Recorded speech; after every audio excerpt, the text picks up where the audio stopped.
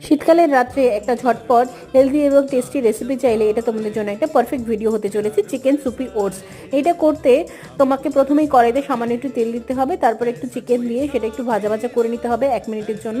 তারপর যে কোনো পছন্দ মতন ভেজিটেবলস তোমরা দিতে পারো, এখানে আমি ব্রকলি, ক্যাপসিকাম আর গাজর ব্যবহার করেছি।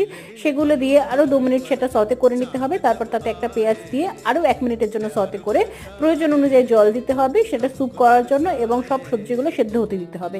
সমস্ত সবজিগুলো যখন সেদ্ধ হয়ে যাবে তারপর তাতে 2 মুঠ মতন ওটস দিতে হবে, আর নুন কিন্তু তোমরা তোমাদের স্বাদ অনুযায়ী দিও।